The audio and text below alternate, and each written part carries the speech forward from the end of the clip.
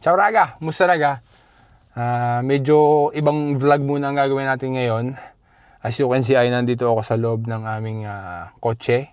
Kasi merong isang raga na nag-request at humingi siya ng mga tips or advice para sa paghahanda or kung ano ba yung mga milyo na gawin or iwasan or yung mga experiences ko.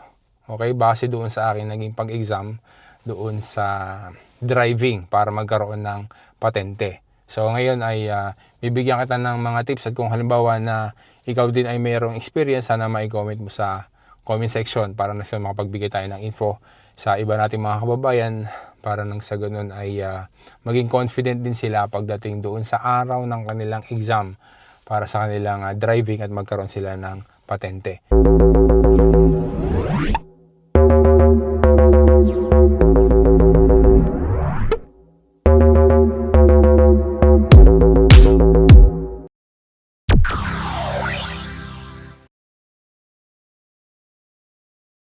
So, ang aking naging experience sa aking pag-exam last November ay ang masasabi ko lang raga ay kagaya ng aking nabanggit kanina, kailangan na maging confident ka doon sa araw ng iyong pag-exam, doon sa pag-drive mo, yung sa iyong pag-aspire na magkaroon ng patente dito sa Italia.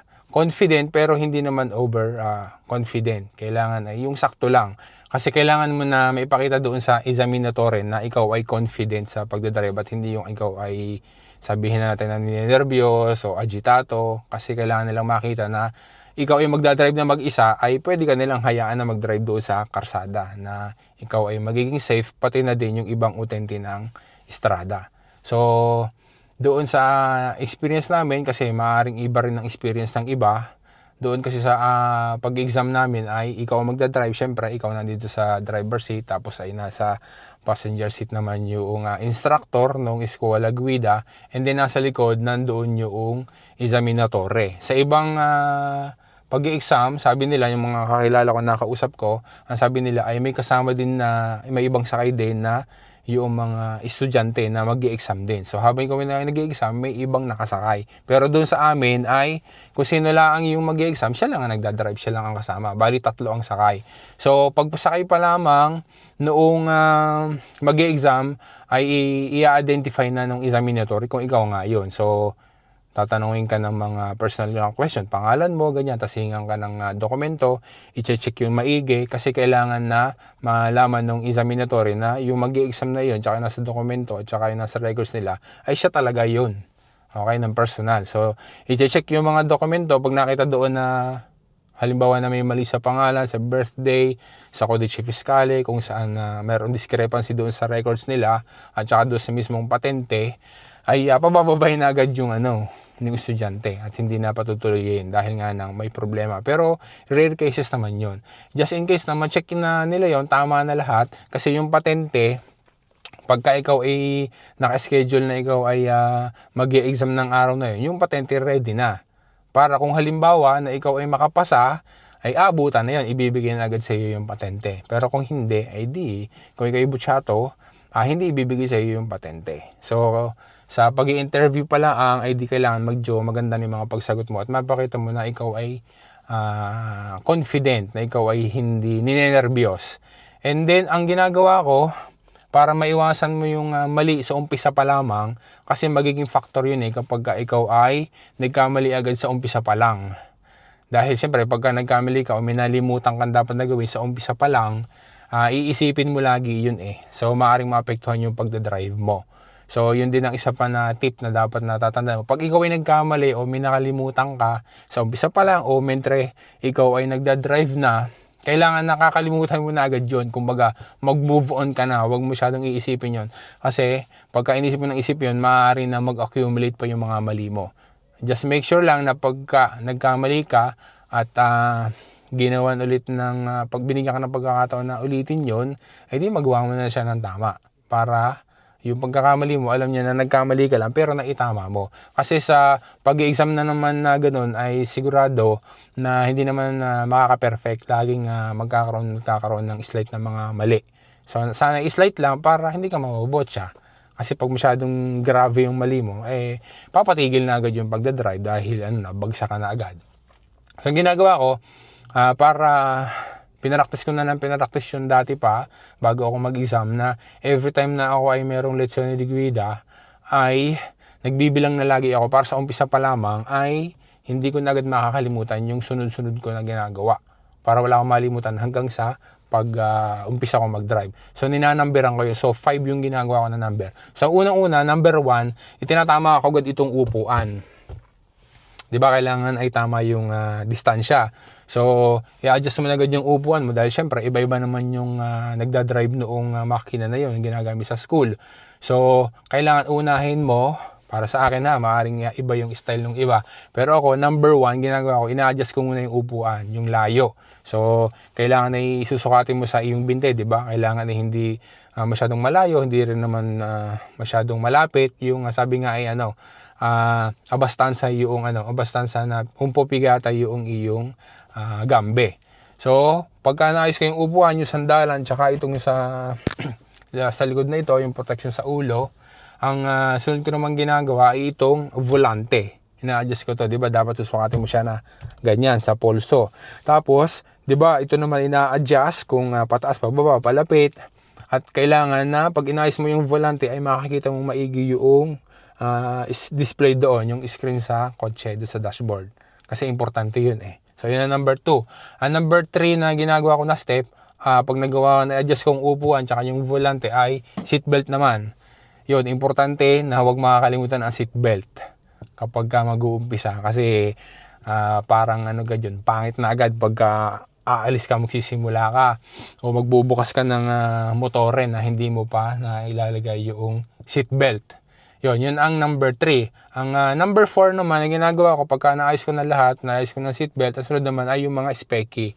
So, ayusin mo yung rear view mirror, itatama mo, sasandal ka ng maayos, itatama mo, at saka yung dalawang side mirror. I-check mo kung tama ba. Kung kailangan i-adjust mo na. And then, yung panghuli, huwag kakalimutan, number 5, bago ka umalis, at huwag mong kakalimutan yung handbrake. Kasi baka naka-handbrake pa, tapos ikaw ay aarangkada na, ay pangit yun. Hindi ka naman agad mabobotsa, pero pangit na agad yung start mo, tsaka baka nga isipin mo siya ng isipin. So, ayun. So, ang isa pang ginagawa ng examinatore, ang ginawa ko kasi noon, mentre inaayos ko yung mga dapat na ayusin, tinanong ko doon sa examinatore kung pwede kong ayusin, dapat na ayusin. So, mentre inaayos ko yung 1 hanggang 5 ay meron siyang mga itinatanong. Okay, parte pa rin yun ng theory, pero dito sa makina, so maaaring iba-iba ang tinatanong sa iba naming mga naging kasabay doon sa pag-exam, iba yung mga tinanong sa kanila. So akin, ang tinanong sa akin ay itong hazard. Kung ano ba daw, tinuro sa akin kung ano daw ba yung triangle na kulay pula na yun. So, in-explain ko kung ano yun at saka kung anong gamit. So, kailangan sa pag-i-explain ng gano'n, kailangan confident ka din para malaman yan na alam mo yung sinasabi mo. So, pagka nasagot mo naman yun ng ayos, ay di okay na, depende doon sa examinatory kung tatanungin ka pa ng ibang bagay. Pero doon sa bago kayo magsimula, bago kayo paalisin, ay sigurado na tatanungin ka ng tungkol sa theory sa sasakyan. Bawa, tatanungin ka doon sa mga komandi, di ba? Doon sa mga salamin, tatanungin ka sa ilaw, o sa seatbelt, tatanungin ka. Tatanungin ka din lalo na importante doon sa karta di circolazione. Tsaka ano ba yung mga documents na kailangan na meron ka. Pagka halimbawa na na-control ka, yung 3 documents, di ba? Yung patente, yung carta di circolazione, at saka yung certificato ng assicurazione. So pagka nasagot mo yun, totoo po, satisfied na yung examinatore, sasabihin nun na pag ikaw ay pronto na, ay di magdadrive ka na. So sa pagdadrive pa lang na ganun, kagaya sabi ko kanina, huwag kalilimutan na tanggalin ang handbrake. And then, pagka ikaw ay papasok na sa flow ng traffic, kailangan ay gigira mo lagi yung iyong testa. Titingin ka sa rear mirror, sa side mirror, tapos ay gigira ka lagi. Gigira. Lalo na kung ikaw dito sa kaliwa, gigira ka na ganun. Importante yon. At saka pag ikaw ay sinabi na, di ba pag sinabi nung walang sinasabi yung instructor na kung saan man kayo pupuntahan, magdadrive ka na, di ba ibig sabihin nun, diretso kayo. Pero pag sinabi niya na pupunta ka na kakaliwa kayo o kakanan, huwag subito na ikaw ay magfe-fretcha. Kailangan ay pagka nagsabi na pupunta ng sinistra o kaya ay destra, bago ka mag-fretcha, kailangan titingin ka muna sa mga salamin, lalo na sa side mirror. Hindi mo naman kailangan na ipapaling ang iyong leeg, ang iyong ulo dahil baka lalong mabangga. Dahil hindi po pwede na jijira ka lagi ng testa o titing sa likod, ganyan, kapag ka ikaw ay in movimento. Ginagawa lang yung pagka ikaw ay mag-uumpisa ng arangkada o kaya atras, papaling mo ang iyong leeg, titingin ka sa likod. Importante yun. Basta bago ka mag-fretcha, kung kakaliwa o kakanan, sisipatin mo muna ng mabilis ang iyong mga salamin. Okay? Tapos saka ka mag-fretcha. Hindi yung pagkasabi ay fretcha ka na agad. Importante na titingin ka lagi sa mga salamin. Doon sa mga maneuver na papagawa sa inyo, magpagpapark, inversión de marcha, kailangan din ay gagawin mo yung mga signal na dapat na gawin, yung fretcha huwag kakalimutan, tsaka yun nga, yung pagtingin lagi, pag-control sa mga speke. At importante din na kapag ka nandun ka sa stop, di ba, makita mo doon yung stop na sign, na ano ba yun, fermarsi e dare precedenza, o kailangan magtitigil ka talaga doon sa bago sumapit yung linya transversale. And then, dahan-dahan na abanti ka, kung maaari nagaganong ka, para lang tumingin sa kaliwa at saka sa kanan, gagawin mo. Para alam nung examinatore na talagang ikaw ay nag-check. Yun. Pagdating naman doon, ito experience ko, ito kasi yung sasabihin ko na malaking pagkakamali ko. Kasi nung kami pumasok sa autostrada, di ba, mayroong corsia di accelerazione. Nasa kanan ka, di ba, kailangan ka pupunta ka papasok ka dahil papasok ka sa kaliwa. Dahil kailangan man na pumasok doon sa lane. Nung nandun pa ako sa corsia di accelerazione, siyempre kasi signal ka ng kaliwa. Ngayon ay tinitingnan ko yung sa side mirror, ay parang feeling ko na malapit pa yung furgone. Hindi agad ako napasok.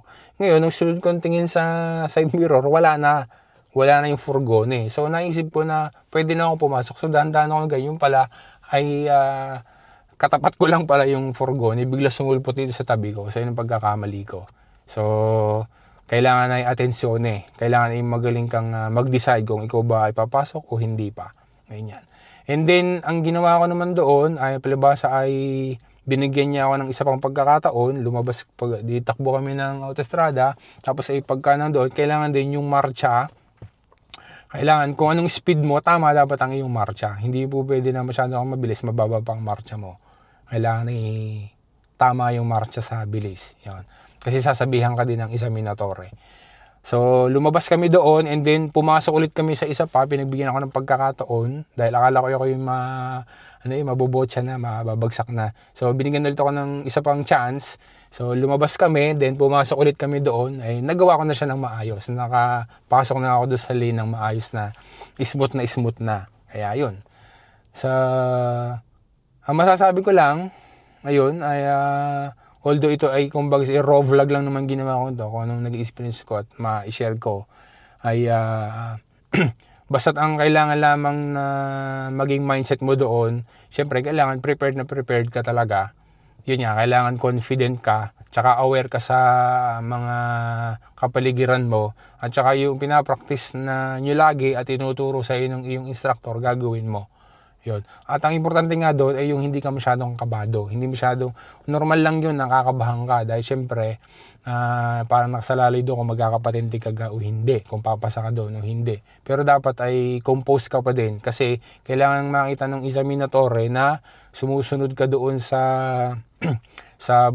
batas trapiko, doon sa mga presidensa, lalo na, di ba? Tapos ay yung mga dapat na gawin, mga basic lang naman, kailangan maipapakita mo yon. And then maramdaman ng examinatore na talagang ikaw ay confident na mag-drive. Yung confident din sila na hahayaan ka na mag-drive doon na hindi ka ma-aksidente at hindi ka rin makaka-aksidente para sa iba. Ayun. So yun Raga, sana ay mahaba man ang aking kwento na ito. Ay kung halimbawa na gusto niyo yung, lalo na yung mga ibang gusto magkapatente, baka iba ay nag-chuchuri pa, mag-comment lang kayo kung gusto niyo, may mga gusto kayong itanong na pwede kong i-share o kaya sa pag actual driving, yung mga tips na gusto niyo malaman na although hindi naman tayo professional, syempre sineshare lang natin yung disclaimer din na kung ano man ang nasabi ko dito at nabigay ko ng mga tips, syempre ang palagi pa rin yung susundin at yung nando sa manual. At saka yung mga ituturo sa inyong instructor. Kasi experience na rin namin yun, kasi kagaya ng anak kong panganay, nagkapatente din siya, parehas kami ng Eskwela Guida na pinuntahan. Pero yung aming instructor magkaiba. Pero yung aming instructor ay meron ding magkaibang ituturo sa bawat isa namin. Kaya pag kami nasa kahit magdadrive, ba't ganyan, ba't ganito, ba't ganito, kasi nga magkaiba yung So kung anong itinuro sa inyo ng inyong instructor, ng inyong school, so yun din ang susundin. Kumbaga, binigyan lang kulang kayo ng tips na sa tingin niyo ay magiging applicable sa inyo. So yun, sana mga pag-comment ka Raga, kung gusto mo pa ba na may malaman ng mga ibang bagay tungkol sa pagkakaroon ng patente dito, pagka dito mismo mag-i-school, di ba, kung magkano gastos, ano ba ang proseso, ano mga documents na kailangan, yan. At saka kung ikaw naman ay nakapag-exam na dati, nakapasa ka na, at ikaw ay may patente na din, nagdadrive ka na rin matagal, meron ka din mga info na gustong ma-share sa mga kababayan natin, sana ay makapag-comment ka ng mga info na maaaring makatulong din sa iba nating mga kababayan. So ayun, maraming salamat. Sana ay hindi itong una at huling video ko tungkol sa ganitong topic. Sana ay ma-share mo rin sa iba Raga. Salamat sa panonood mo. A la próxima.